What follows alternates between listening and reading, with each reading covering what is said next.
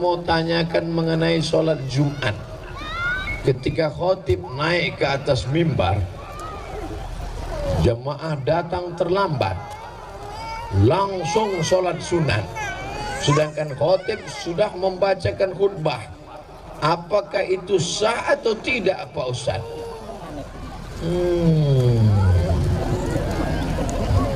Oke, saya jawab, saya cerita, jamaahnya menjawab. Dengar baik-baik, saya paham orang yang belum sarapan memang susah nangkap. Suatu ketika Nabi sedang khutbah. Nabi khutbah di atas mimbar. Mimbar Nabi itu lantainya 3, tangganya 3, 1, 2, 3. Nabi sudah khutbah 3. Berarti yang tidak dibuat Nabi bid'ah. Ini 2 lantai ini bid'ah.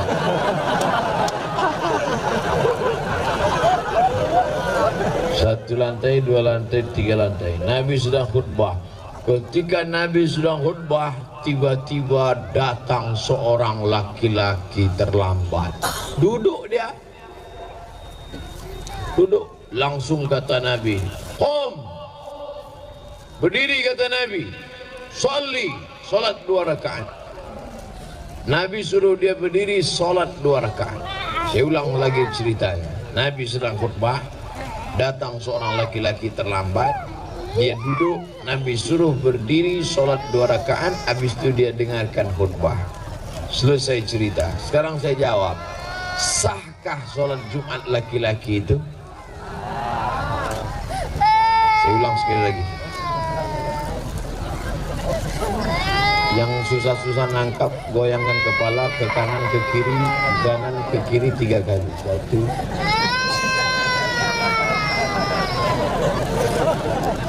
Oke, Nabi sedang khutbah. Tiba-tiba datang seorang laki-laki masuk ke dalam masjid. Setelah itu Nabi suruh, "Qum," berdiri, "Sholli raka'ataini," salat sunat 2 rakaat. Setelah itu Nabi melanjutkan khutbahnya. Sahkah salat laki-laki itu? Sah. Seandainya enggak sah, pasti kata Nabi, terlambat, pergi kau pulang, enggak usah kau salat lagi. Itu menunjukkan sholat orang yang terlambat itu sah. Tapi jangan gara-gara ini terlambat terus. Saya nggak mau besok Jumat terlambat. Istrinya nanya, Mas, Bang, wah, itu udah azan sholat Jumat, kamu nggak berangkat? Suatu ketika masuk seorang laki-laki. Nabi sedang khutbah, dan ketika dia mau duduk Nabi suruh qum. Itu menunjukkan orang yang terlambat sholatnya tetap sah. Jangan salah gunakan dalil yang saya sampaikan. Kita naik ke atas tangga bid'ah. Ada 5 waktu. Siapa yang datang waktu pertama seperti berkurban seekor onta, datang waktu kedua hari Jumat seperti berkurban seekor sapi, datang waktu ketiga seperti berkurban seekor kambing, datang waktu ketiga seperti berkurban seekor ayam, datang waktu kelima seperti berkurban sebutir telur ayam. Setelah khotib naik mimbar, tutup buku. Sekarang banyak orang hari Jumat, jangankan telur ayam, telur puyuh pun tak dapat. Khotib sudah naik, baru dia datang. Jangan terlambat. Tapi kalau karena satu dan lain hal terlambat, sholat Jumatnya tetap sah. Jangan langsung duduk. Terlambat, jangan langsung duduk. Sholat sunat 2 rakaat dulu.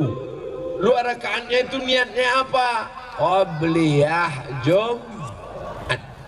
Kalau sholat qobliyah Jumat otomatis dapat tahiyatul masjid. Tapi kalau tahiyatul masjid nggak dapat qobliyah Jumat, maka langsung qobliyah Jumat. Jangan di depan khotib. Udah terlambat di depan khotib. Allah. Ayatnya Yasin.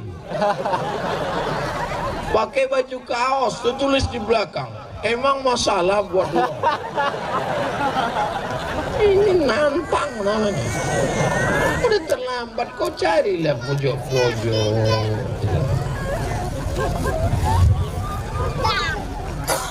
Ini harus dijawab serius karena diketik, di print dari rumah. Untung nggak dibingkai.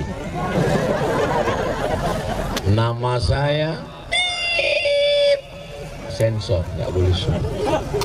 Menjaga kode etik. Dari Kelurahan Mendawai, Sukamara.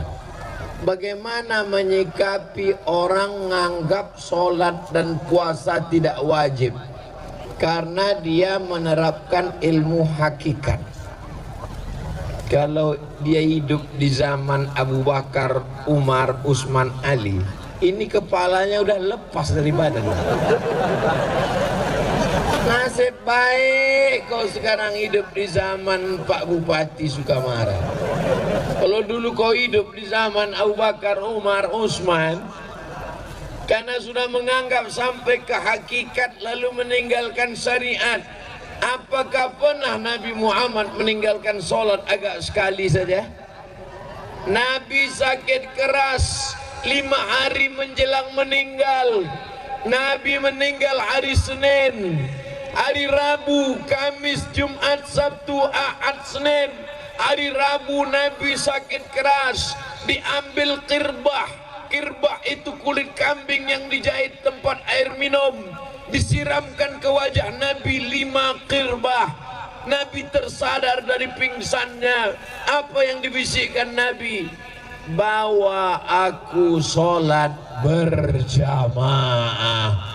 Nabi dijamin masuk surga. Hakikat, syariat, tarikat, makrifat menyatu dalam diri Nabi. Al-haqiqatu bila syariatin batilah. Orang yang ngaku hakikat meninggalkan syariat batil. Wasyariatu bila haqiqatin atilah. Orang yang hanya syariat meninggalkan hakikat sia-sia. Oleh sebab itu ciri ulama ahlus sunnah wal jamaah adalah dengan melaksanakan sejalan antara syariat dan hakikat. Ini majelis ulama mesti memanggil orang ini. Kalau dia guru, ini murid-muridnya berbahaya. Kalau satu orang nyasar nggak apa-apa, ini supir truk nyasar habis sama brondolnya ikut nyasar. Kalau ada yang mengajarkan begini, mesti dipanggil. Kenapa? Abu Bakar, Umar, Utsman, Ali, Thalha, Zubair.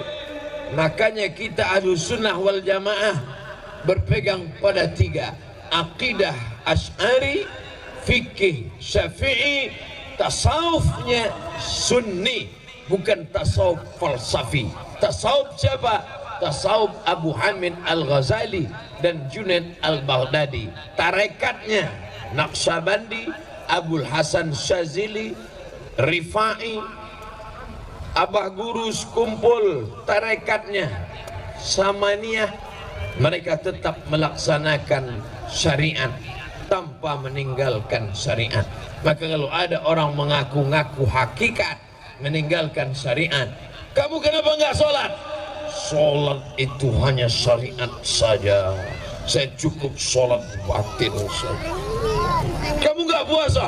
Puasa itu syariat, saya cukup puasa batin. Pas siang makan. Kalau gitu kau makan syariat aja, makan hakikat. Nanti istrinya nanya, kamu nggak masak? Saya masak hakikat saja. Kau makanlah kuali hakikat. Paham? Enak ceramah di Sukamara ini. Orangnya cerdas-cerdas. Syukron. Belum dijawab udah syukron. Syukron Ustaz Somad sudah berkenan datang di tanah Sukamara. Saya Ibu dari Mendawai. Bagaimana hukum perempuan yang sudah pakai kerudung tapi pakaiannya masih celana panjang, rok potongan, kerudung masih terlihat dadanya, sudah termasuk syariatnya apa belum? Belum. Kerudung perempuan itu menutup dari kepala sampai ke ujung kaki. Kalau nggak bisa sampai ke ujung kaki, sampai ke pinggang. Nanti di bawah sambung lagi pakai kain panjang. Syaratnya mesti longgar, jangan sempit sampai menjerit paha minta tolong. Tolong! Tolong! Dia yang berjalan, kita yang takut. Takut pecah. Gimana nggak pecah? Celana untuk umur anak 8 tahun dipakai emaknya 58 tahun. Sampai sebesar batang kelapa. Itulah disampulkan. Dokter sudah melarang jangan pakai celana sempit, celana legging karena darah tidak mengalir. Tapi prinsip orang kita biar sakit asal gaya. Akhirnya mati gaya. Oleh sebab itu jangan lagi pakai celana sempit, jilbab panjang. Ini ada jilbab namanya jilbab sakaratul maut. Dililitkan ke leher.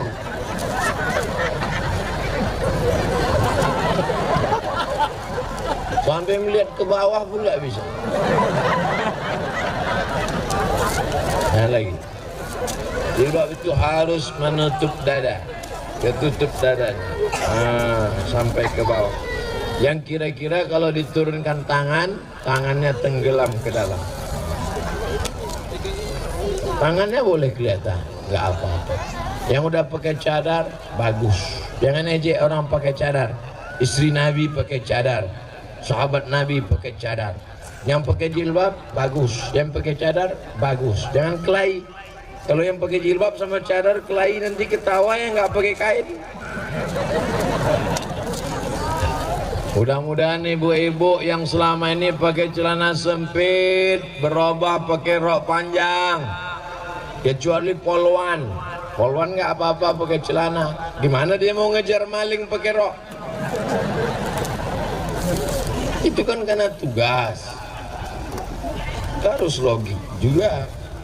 Satpol PP perempuan razia kaki lima, pedagang lari satu orang, dia pakai rok sebentar ya.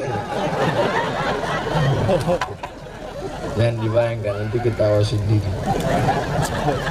Pertanyaan, nama saya Jalan Pangeran Sukarma. Oh, ada lagi Sukarma. Bukan salah ketik. Kelurahan Padang, Kecamatan Sukamara, Kabupaten Sukamara. Assalamualaikum warahmatullahi wabarakatuh. Ustadz Haji Abdul Somad LCMA. Lengkap sekali. Apakah ASN? Mau nyinggung saya nih, ASN. Apakah ASN yang menggadaikan SK di bank termasuk riba? Riba. Ibu bapak yang menggadaikan SK ASN, yang menggadaikan surat tanah, yang menggadaikan BPKB, yang lebih parah lagi menggadaikan surat nikah. Kalau ada yang bisa dijual untuk membom itu, jual ini, ambil duitnya, dibom ke bank supaya lunas. Boom, bagus.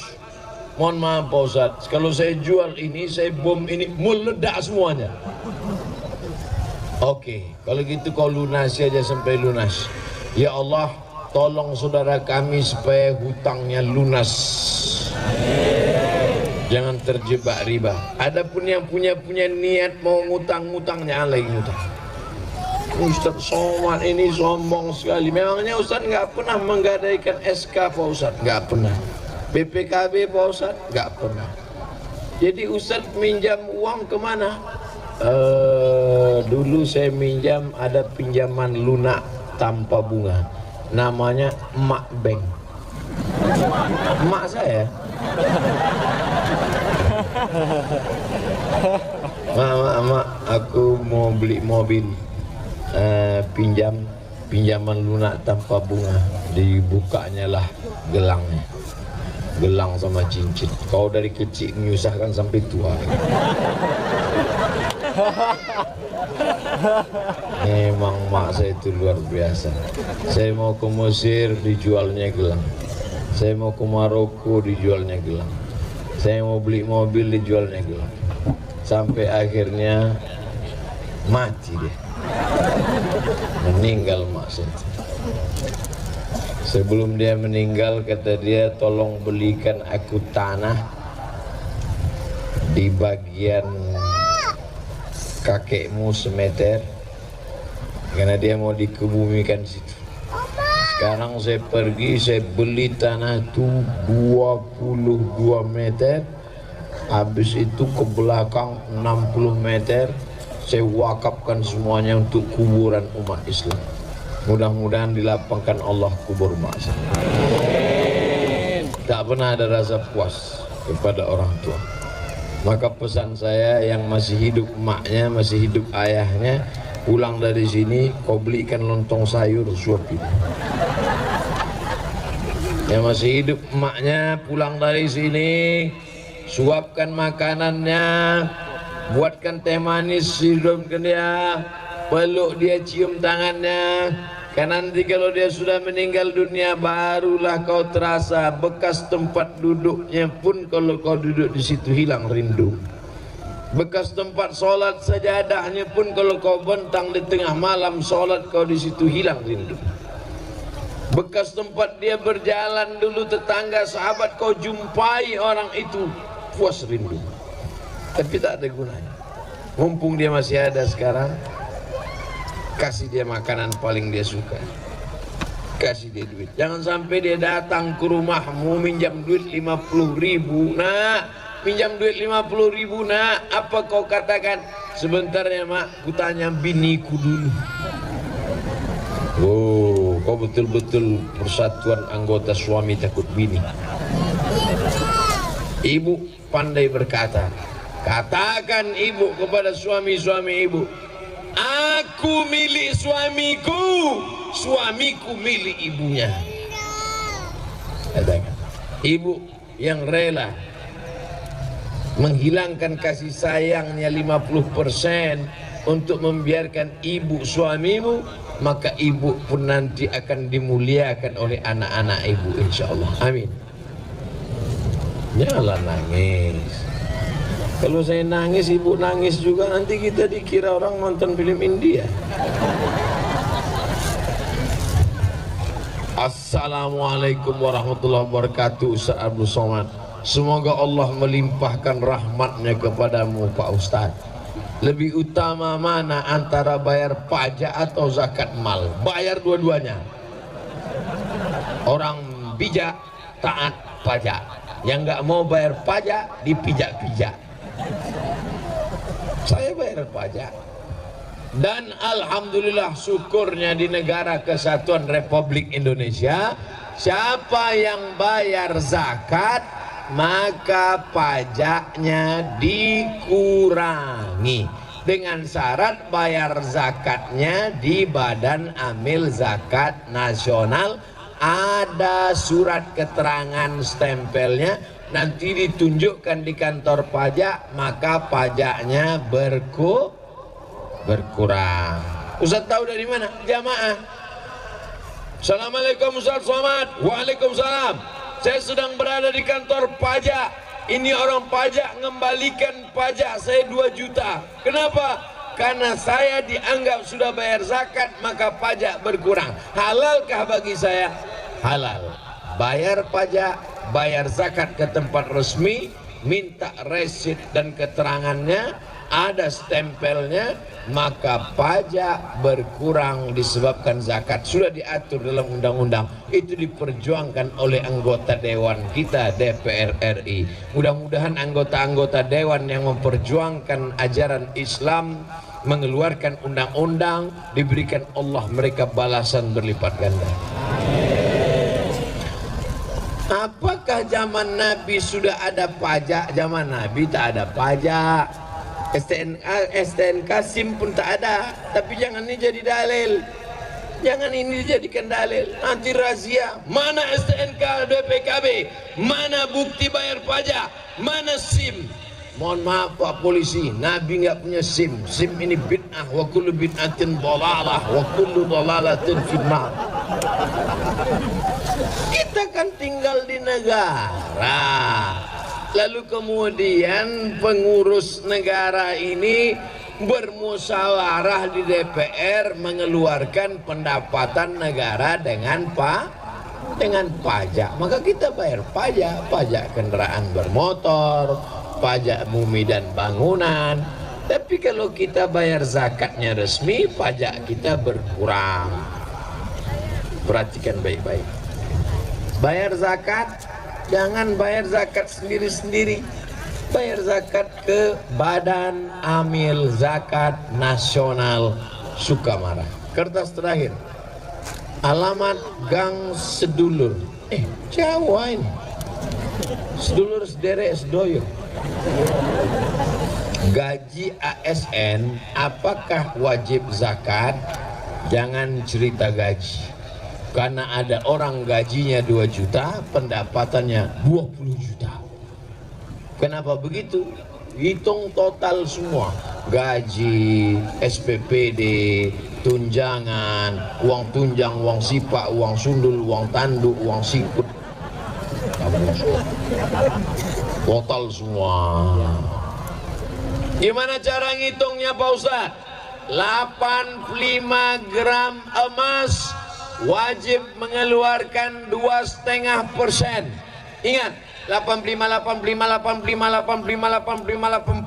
Jangan pulang dari sini jadi 58. Berapa? 85. Ingat saja tahun 85. Kira-kira bapak sama ibu tahun apa yang paling berkesan? 85. Mama, kita ketemu kan tahun 85 kan? Ingat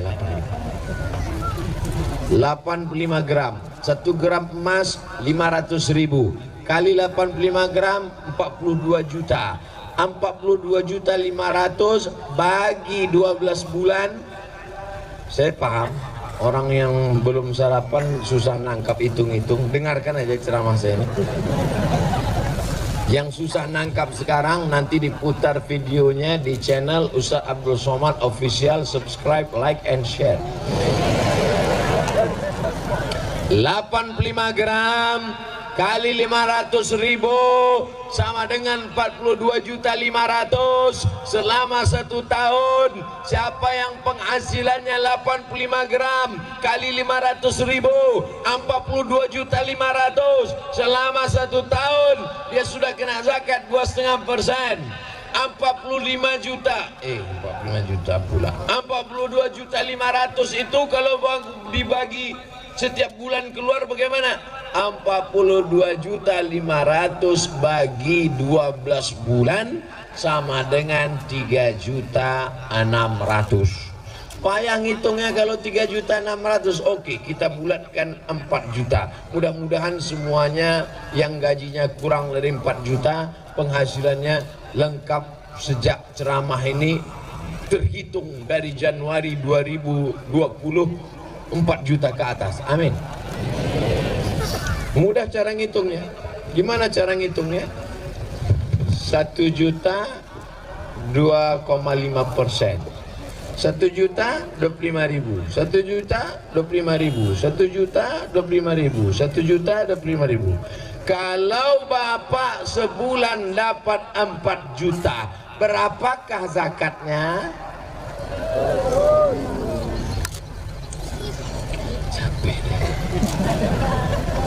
Kalau ibu dapat 1 bulan 10 juta, berapakah zakatnya? 200 250.000. Udah cara ngitung. Mudah-mudahan bulan depan dapat 10 juta. Amin.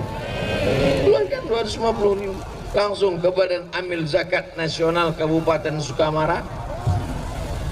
Pak Ustadz, saya keluarkan tiap bulan 100.000 atau setahun sekali? Tiap bulan. Kan sama aja. Satu bulan 100.000, satu tahun 1.200.000. Kalau 100.000, setannya nggak nggoda. Tan, kita goda nih, nggak usahlah 100.000 gitu. Set. Setan ngajak kawannya, satu manggil Tan, satu manggil Set.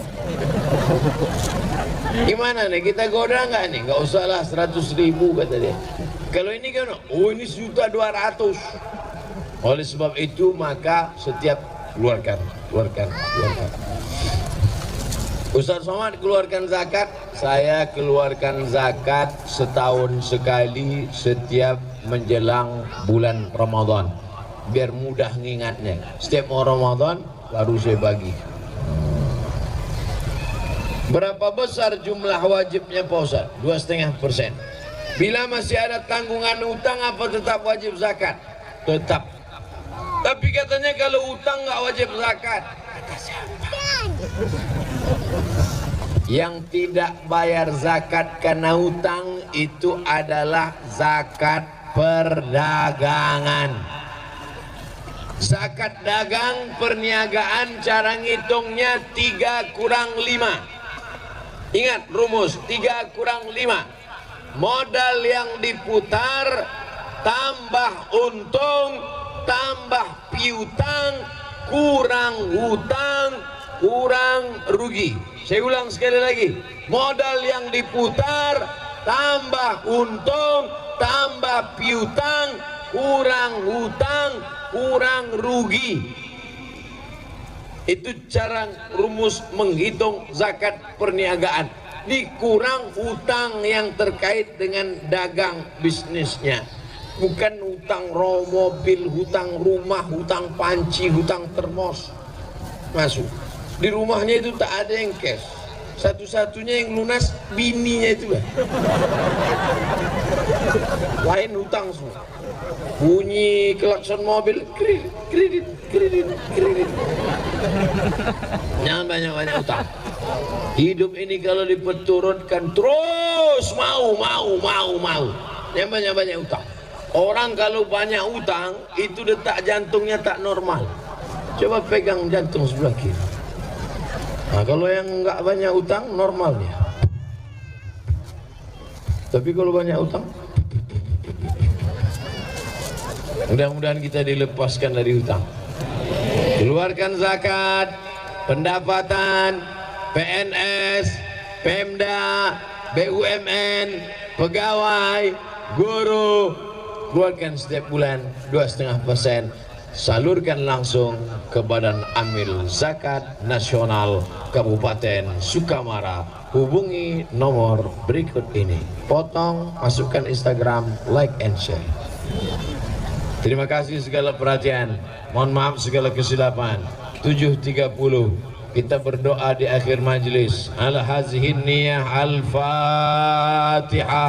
أعوذ بالله من الشيطان الرجيم بسم الله الرحمن الرحيم الحمد لله رب العالمين الرحمن الرحيم مالك يوم الدين إياك نعبد وإياك نستعين اهدنا الصراط المستقيم صراط الذين أنعمت عليهم غير المغضوب عليهم ولا الضالين